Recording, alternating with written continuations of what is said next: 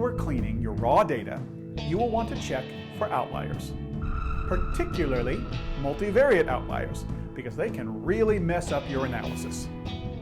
Finding an outlier in a single variable is relatively easy. But how can we identify if we have a problem child who is an outlier among multiple variables?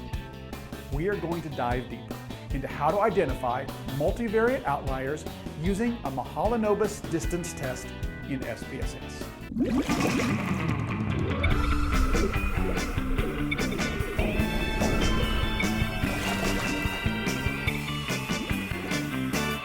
In this episode, we're going to talk about finding outliers. Which outliers matter, and what you should do about them. Let's begin with a review of outliers. If we are measuring height, then our group will have an average height. We will, of course, have someone who is a little taller than the others. That is not an outlier. That is someone with a legitimate score in the upper tail of the distribution. Not everyone in the tails of a distribution is an outlier. On the other hand, when we measure height, we may have someone whose height is dramatically taller than the others. That person is an outlier. Their score lies outside the range of the other scores. Not all outliers are a problem. Then again, some of them are. What we know for sure is that when you have multivariate outliers in your data set, you are going to have problems. A multivariate outlier is a person whose scores are outliers not on just one, but on multiple variables. It's like this. We all have friends who are a little bit odd, and we love them for it. Being a little bit unusual, eccentric, idiosyncratic, or being out of the ordinary in one way can be charming, because outliers are people too. Just because someone is an outlier does not mean that you must remove them from your data set. They may be a legitimate score who's just odd on one variable. So, if our exceptionally tall person scores similarly to others on blood pressure, anxiety, and a personality test, he is only a univariate outlier. And if our research only concerns measures of blood pressure and anxiety, then being an outlier on height is unrelated to our study, and we could just ignore it. Certainly, we would leave that person in the data set. But if our exceptionally tall person is also hypertensive, highly anxious, and has an antisocial personality disorder, he is a multivariate outlier. He's not like the others in the data set, and his presence in the data may distort other findings. It is best to remove multivariate outliers from the data set. Here is how to remember this. If you have a friend, or a data point, who is a little bit crazy in one way, probably leave them in the data set. But if you have a friend who is crazy in a lot of different ways, you may want to rethink having that person as a friend and remove that score from the data set. We tend to keep univariate outliers because outliers are people too, but we delete multivariate outliers. The Mahalanobis Distance test identifies those subjects who are outliers in a lot of different ways. When a score is an outlier, that score will lie some distance away from other scores.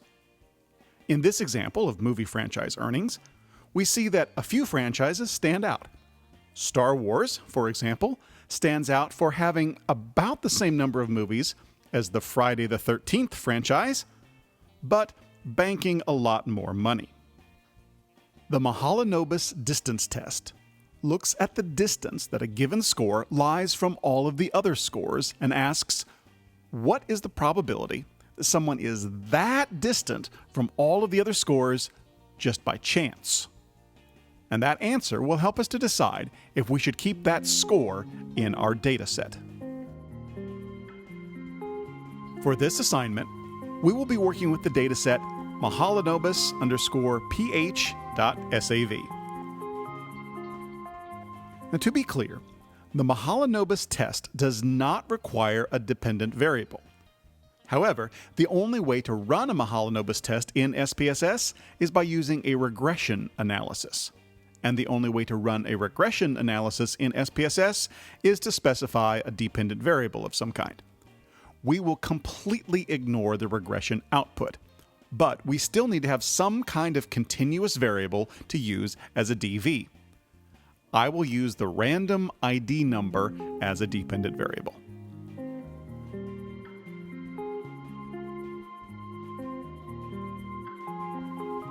If you do not have a unique identifier to use as a dependent variable, you need to create one.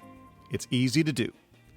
Go to Transform, Compute Variable. I'm going to call this variable dv, even though it's actually numbering the cases in my dataset. Among the functions, click All. And the first option is a function called $casenum. Double-click the function to move it into the numeric expression box. Click OK. And that is all that we need to do. We now have a random ID number that we can use as a dependent variable for our regression equation. I am going to move it to the top of my variables list. Now we will do the Mahalanobis test. Go to Analyze, Regression, Linear. We will begin by moving our ID number or other random continuous variable into the dependent variable box. Next, we need all of the variables that we will use in our analysis and that may contain multivariate outliers. Notice that we have 8 scales, or 8 variables. These scales were each created by taking the mean of 3 items that were written to measure that construct. Those individual items have been removed from this dataset for simplicity. Move our 8 variables into the independent variables box. Remember that we're going to ignore the regression output, so there is nothing to set or adjust in the output, but there is one test that we want, and it's found under the Save button. The Save menu does not add anything to the output, but instead it does something to the variables and then saves those results to your dataset. Under Distances, click Mahalanobis. This will save the results of the Mahalanobis test to our data. Click Continue, and then OK.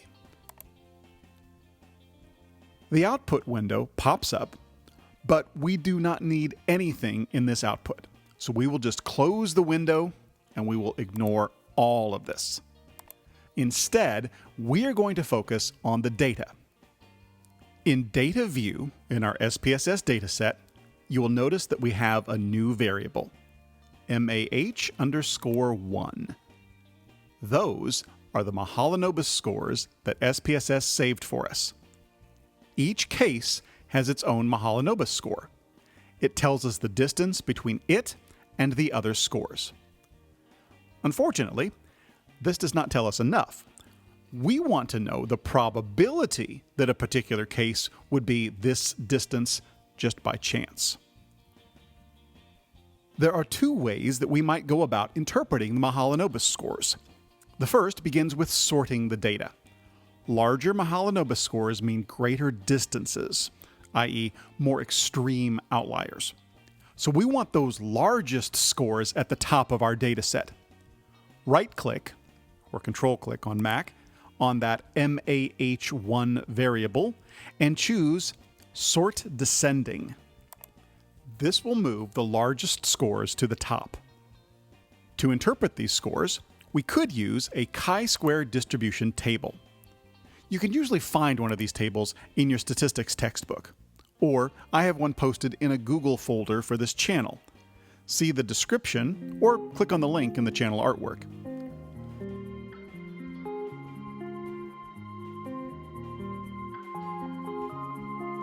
On this page, we have a chi-square distribution table, just like one you would find in a stats textbook.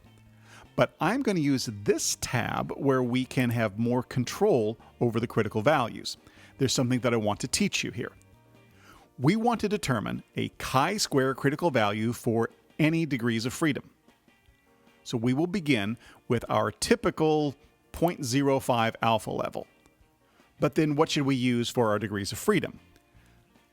Typically, the degrees of freedom for a chi-square is the number of categories minus 1. But for the Mahalanobis scores, the degrees of freedom are the total number of variables. Not variables minus 1, the total number of variables. In our case, we had 8 variables. That means that any Mahalanobis score greater than 15.5 would be a multivariate outlier. But that is for an alpha level of 0.05, or 5 times out of 100, which is really a lot of the scores. 5% of our data set could be outliers. When you are doing data cleaning, and especially when you are considering whether to throw out data, you should not use 0.05 as your cutoff. In fact, I wouldn't even use 0.01. I want scores that are really out there, really different from the others. So I use a cutoff of 0.001. Now, Mahalanobis scores greater than 26.124 are multivariate outliers. We can go back to our data set and begin looking, but I want to show you a shortcut. It is a lot of work dragging out these tables, and we can get SPSS to do all of this work for us. And now that you know about the cutoff scores and the degrees of freedom, this will make sense. We are going to convert these Mahalanobis distance scores into probabilities. We are going to create a new variable. In SPSS, go to Transform, Compute Variable. In the target variable box, type PMAH_1. This will stand for the probability of the MAH1, aka the Mahalanobis score. Under Function Group, select the group CDF and Non-Central CDF. These are the cumulative distribution functions for various distributions. We want chi-square, so select CDF chi-square. This will calculate the probability of a variable which follows the chi-square distribution, such as the Mahalanobis test. We need 2 values here. First, we need the variable name, which is MAH1. And then we need the degrees of freedom, which is the number of variables, or 8. And there's one more thing to do.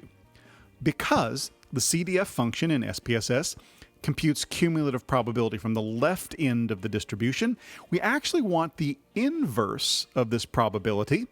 So we will subtract the whole thing from 1 to obtain the probability in the upper tail of the distribution. Click OK. In the data set, we only have 2 decimals, so let's go back to the variables, which you can do by double-clicking on the name of the variable, and we will increase the decimal points to 4. Now, return to the data, again by double-clicking on the name of the variable. Because we previously sorted the Mahalanobis values, we see the smallest Mahalanobis probabilities are at the top of the column. Had we not previously sorted, this is where you would right-click on the new variable and sort ascending. For this kind of data cleaning, we will use a cutoff probability of p equals 0.001. Which of these Mahalanobis values have a probability less than p equals 0.001? Clearly, this first one is way below 0.001. So it is a multivariate outlier, and it should be removed from the analysis. The second one is exactly 0.001. Although you could make the case for it not actually being less than 0.001 because it is equal to 0.001, the reality is that this case is going to cause problems. So I removed it from my data.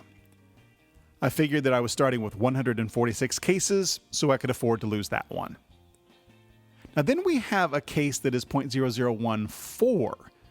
This is not less than 0.001, so I can make an argument to leave it in.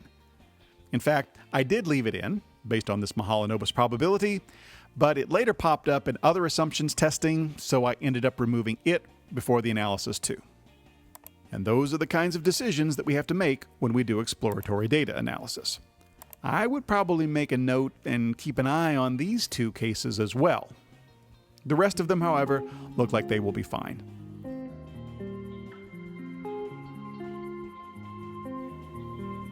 When you write up your results for data cleaning, you can include a statement like this. Data were assessed for multivariate outliers using a Mahalanobis Distance test. Tabachnik and Fidel, 2013. 3 multivariate outliers were identified and removed. Or, no multivariate outliers were identified.